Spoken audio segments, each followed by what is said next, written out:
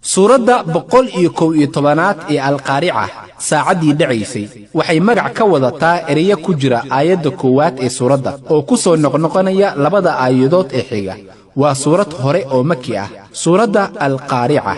saacadii dhacaysay bismillahirrahmanirrahim ku bilaabida magaca Alle ee naxariista guud iyo mid gaarba naxariista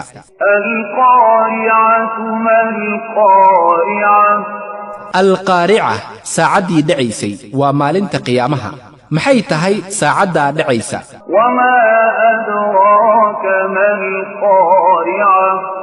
oo maxaa ka yeeli doona inaad ogaato waxay saacadaasi dhacaysa tahay yawma yakunu an-nasu kal farashil mabthus waa maalinta ay dadka noqon doonaan sida balanbaalis la firdhiyay wa takunu al-jibalu kal-'ihni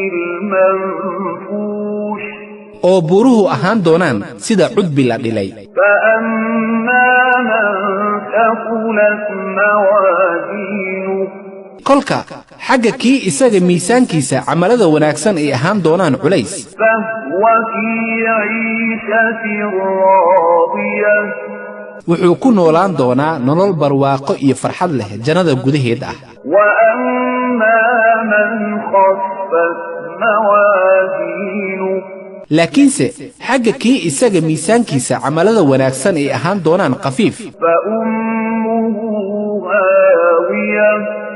wuxuu ku yeelan doonaa hoygiisa ama gurigiisa haawiya gudaheed waa bohol dhaadheer oo ku yaala naarta gudaheed wama adraka ma hiya oo maxaa ka yeeli doona inaad ogaato iyada haawiye ah naarun hamiyah waa naar kulul oo ololaysa